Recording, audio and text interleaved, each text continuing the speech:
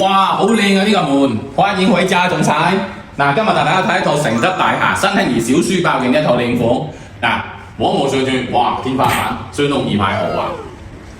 我哋呢套承德大廈呢係一房一廳嘅，嗱隻門正，一睇隻門知道到時抌本啦。咁啊，同大家講講呢套房呢大概49個方左右嘅，到時以證件為準。咁啊，呢邊係我哋第一隻房間，因為我哋係一房一廳嘅。嗱，呢啲全部天花就整得比較靚嘅，咁有間鋪。但再睇睇呢個磚，就話呢啲磚鋪得比較好，防都冇見嘅，完全冇需要動耳防。呢度仲有一個大飄窗，到時如果有需要，仲可以再延伸埋出去。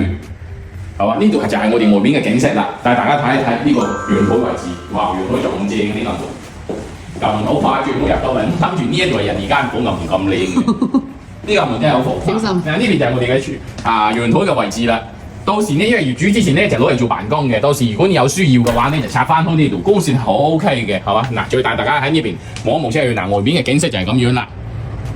呢隻位置就等於係贈送嘅。係啊，呢隻位置係贈送嘅，即係其實如果有需要，你想好用啲呢，我頭先研究咗下，到時就鋪翻啲磚，再墊高翻啲，咁你就冇使見到冇受呢啲管影響啦，自己用又好用啲，係嘛？都係比較少嘅工程嚟嘅。嗱，環繞下睇睇呢個客廳先。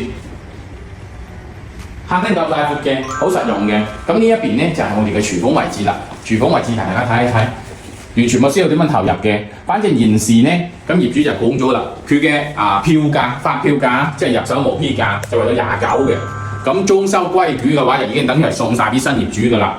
仲有當時即係29嘅價仲未包含當時嘅稅費同維修基金啦呢啲。咁而家7翻幾多？哇正啦！之前係放到35.6嘅，而家27.8，夠晒誠意。想睇嘅話，下幾年。記得關注哦。